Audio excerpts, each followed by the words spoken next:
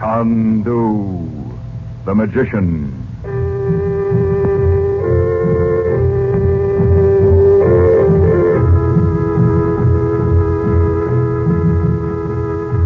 Good evening, ladies and gentlemen. The makers of White King Granulated Soap present for your enjoyment tonight and every weekday evening at this time, Chandu the Magician. Listen, and you will travel to strange lands. You will thrill to high adventure, romance, mystery. The magic of Cairo and Baghdad and the East, with their strange secrets and mysterious ways, will hold you spellbound. And just as you will like our story, so will you like the soap we make. White King Granulated Soap. It is so easy on hands that thousands and thousands of ladies say it's just like magic. There are many tales told on the radio, but only one Chandu. There are many soaps on your grocer's counters, but none like White King. You'll love White King Granulated Soap. And when you buy White King tomorrow, save the box top. And tell your friends to save White King box tops, too. Now, let the play begin.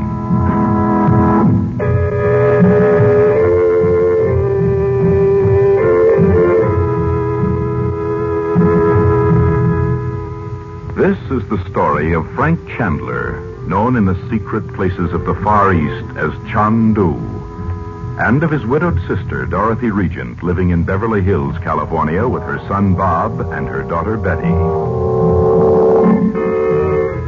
It is twilight as our story begins. Dorothy Regent stands by the window, looking out into the darkening garden. Chandu the Magician. Mom? Where are you, Mother? In the living room? In the dark? Didn't Uncle Frank come? Oh, he'll be here in a little while, Betty. I'll turn on some lights. Hey, what gives, Mom? You look kind of funny. Oh, well, you startled me slamming the door. That's all, Bob. Oh, I'm sorry. We were in a hurry to see Uncle Frank. Where is he? He was at the airport when he called. Mother, what's the matter with you? Look, you've torn your handkerchief all to pieces. Why, so I have. What makes you so jittery? Is Uncle Frank trying to smuggle in a bunch of rubies from India? Oh, Bobby. When did Uncle Frank call you, Mother? He said his plane had just landed. He had to go through the customs, you know. Well, then what makes you think he'll be here in a few minutes? Oh, did I say that? Mother, you don't usually fall apart like this. Do you know where the airport is, Mom? Well, of course. In Burbank. Oh, no, it isn't. Not the one where Uncle Frank had to land. What? Well, it's way out in San Bernardino County. I checked on it from school this noon. All the planes from the Orient land there. But that's about 50 miles away. I know it is, Bets. Oh, look, Mom. Sit down here and tell us what's the matter. Is it just because Uncle Frank makes you remember Daddy? Oh, gee, I didn't think of that. Is that it, Mom? No. Why should it be? We know how you feel, Mother, even if we can't remember Daddy very well. Well, it's not that exactly. I might have known I couldn't keep anything from you, too. Keep what, Mother? Oh, I can't explain it. All day long, it seemed as if a storm were gathering. Right over this house. But it was a beautiful day. I know. But I've been going to the windows and even out in the garden, looking up, expecting... I don't know what. I couldn't seem to help it. Well, I don't see why Uncle Frank coming back would make you think of a storm. I know there's no reason for it, Bob, but Mother, was Uncle Frank here when Daddy went away? Don't be a goop. You know he was in India, Betty. Wasn't he, Mom? Yes, he'd gone there from Egypt a year or so before that. Of course I wrote him when I got the news about your father. Didn't you ever hear anything about what really happened to him? To Daddy, I mean? No, dear. He just happened to sail for home on the Athenia. And when it was sunk, well, all anyone knew was that he wasn't in any of the lifeboats. Oh, I wish I knew why I should have this premonition of... I wish Uncle Frank would get here. That's what I wish. Try not to think about it, Mother. Tell us about Uncle Frank. I can't even remember what he looks like. Oh, I can't either. How old is he, Mom? He's 2 years older than I am. He's tall, quite good looking. Oh. And I imagine he must be pretty brown after so many years in India. Oh, he sounds marvelous. It'll sure be good to have another man around here, you know that? What do you mean, another man? What do you think I mean? Oh, now, you two. Betty, you better go up and change your dress before Uncle Frank comes. Okay. Gee, I hope he brought me a sari like East Indian women wear. And a veil. They make women look so mysterious. Oh, you make me tired. Go on, Betty. All right. You can change too, Bob. Never mind, I'll answer. Hello? Yes? Oh, Frank. Where are you? Well, I can't help crying. I know there's no reason for it, but... Well, I'm listening. But you can't possibly get here in less than an hour. The traffic is... What? Yes, I'll do it, but I can't see how. All right. Yes, I will, Frank. I can't wait to see you. What does he want, What did he Mother? say? Oh, he wants us to draw the curtains and lock all the doors and turn off the lights. Why, for Pete's sake? What's Well, wrong? he didn't say. Maybe he's going to play some kind of a trick, like you said he used to do when you were a kid. Oh, I hope not. Not today. Well, I told him I'd do as he said. I'll see about the back door. You do the curtains, Betty. I'll lock the front door. Okay. I hope Uncle Frank isn't going to turn out to be one of those chintzy characters that hands out trick dribble glasses. Wouldn't that be awful?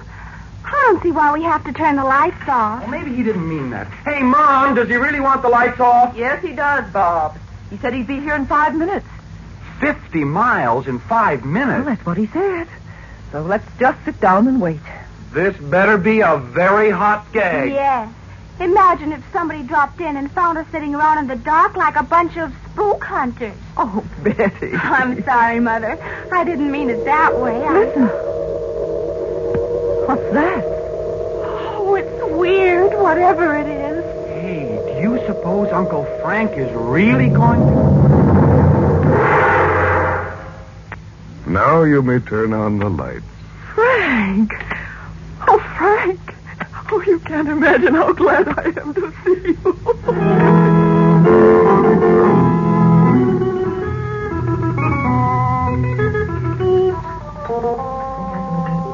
Well, go on, Uncle Frank. Tell us some more about India. Well, let him get his breath, Bob. Stella will bring the coffee into the living room. Yes, come on, Uncle Frank. Or do we have to get you a mat to sit on, like a yogi? There are cigarettes in the blue box, Frank. Thanks, Dot. Mother looks a lot better since Uncle Frank came by. Yeah, I know it. What are you two plotting over there? Oh, nothing. Uncle Frank, do you know any of those fabulous Indian princes all weighted down with diamonds and rubies? I've met one or two, Betty. Did you ever shoot a tiger? Well, I wasn't in India for sport, you know, Bob. Well, did you spend all the time learning to do things like getting into houses with the doors locked? Yeah, how about that? Aren't you two overdoing this a little? Well, he still hasn't told us how he got in here, Mom. Yes, how did you do it? I'm afraid you'd find it a little hard to understand, Betty. Well, if you won't tell us, do another trick for us, huh? Make a rope stand up alone, or... Or a rose bush grow right up in a flower pot. You know. Yes, I know. Those things are the stock and trade of every wandering fakir in India. You just wait until my luggage comes. Gee, do Oh, we do have a trick to now, wait? huh? Come on, Uncle Frank. Oh, all right. Here's a little ivory box that was given me by an Egyptian sorceress. Oh, come now, Frank. It's true, Dot. Although she was more than that. I happened along one dark night in time to save her life in Alexandria. She said the box had occult properties. Oh, what delicate carving. Can I see it, Uncle Frank? Well, how does it open? And just press on the front under the center of the lid. Oh, it's empty. Close the box again. And Betty, you take it and hold it between your hands. Like this? Mm-hmm. Now, Dorothy, you put your hands over hers. Why, Frank? You'll see. All right. Open the box. Oh, why, there's a ring inside now. Say, not bad, Uncle Frank. Take it out, Mother. Yes, Dot, it's for you. Well, where was the ring before when we opened the box? You wanted to see a trick, didn't you? But I don't... The ring's real, Dot. Put it Oh, on. it's beautiful. Thank you, Frank. I'm glad you like it. Oh, I do. How about another trick, yes, Uncle Frank? please do. No more of this tonight. Uncle Frank and I have all sorts of things to talk about. Oh, gee. Mother. Frank, Did you come back from India on business? Not ordinary business, Dot. There is something I have to do, though. Tonight. Oh? Bob, bring me that black bag over there, will you? You bet, sure. I didn't see this thing before. Sure is heavy. What's in it? A crystal ball. Oh, thanks. I'll put it here on the coffee table. All right, pull up your chairs, all of you. You're not serious, Frank. Indeed I am. And I'll just turn off some of the light. Again? Frank, I really don't like this. I've had the strangest feeling all day that something's going to happen, and What if it is a gag, Mother? Let's go along with it. It's no gag, Bob. All right, everybody. Look into the crystal. Look, Dot. Hey, there's that funny sound again. There's something in the crystal. It looks like clouds. It is clouds. Over a big lake. You're looking at Dal Lake in the Valley of Kashmir. In India? Honestly? Lotus flowers. What's that ahead of us there? A houseboat. And there's an old man sitting cross-legged on the deck. Who is it, Uncle Frank? Watch closely now. Oh, there's another man with his back to us, with a sun helmet on his head. Talking to the old man. Frank, it's you. The other man is you. My son. Listen, Dorothy. Listen. You came to tell me you are returning to America. Something tells me I should go back, my teacher. You do well to heed the inner voice. Sit here beside me and look. Tell me what you see. Hey, he's got a crystal ball just like this one. And Uncle Frank's looking into it. What did you see, Uncle Frank? I saw this house. And you. All of you. You did? But why did you jump up like that? My son, Wait, Dot. I want you to hear this. do not fear for those you love. Have I not given you the 3 secrets? Yes, my teacher. I know them now. They should be enough. But now I give you the most precious gift. The emerald casket of the 3 times 3. But it is yours, my teacher. I need it no longer. I am going to a higher place. Take the casket and remember, there is danger in all knowledge, but in fear is the greatest peril. I know. Still, I hesitate to take the emerald. It is written that you have taken it. For countless ages it has been written, my son. Guard the secrets well. I will. And use them only for good. I'm sorry to say goodbye to you, my teacher. There is no goodbye, my son. Yet there's a shadow across the water. And an icy wind. Yes, there is, Frank. I feel it, too. Hey, Mom, you're here, not over in India. I don't care what you say. I feel a cold wind on the back of my neck. What does it mean, Frank? What does it mean?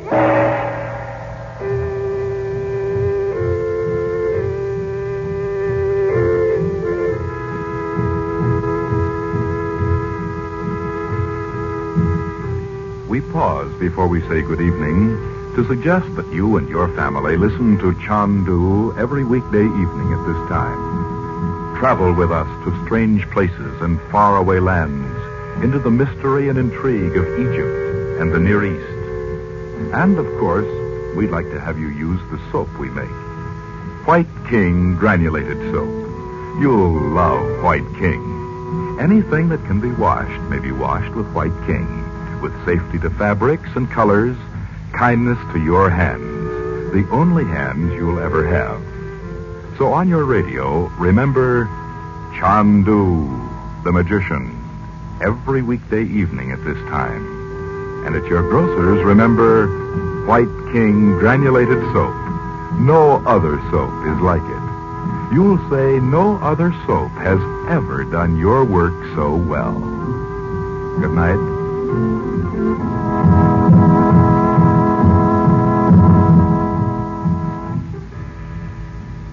Chandu the Magician is based on the original radio drama created by Harry A. Earnshaw and is written by Vera Oldham. The program is produced and directed by Cyril Armbruster. Your announcer is Howard Culver. The makers of White King invite you to listen tomorrow at this time when the story resumes. Chandu the Magician. This is the Mutual Don Lee Broadcasting System.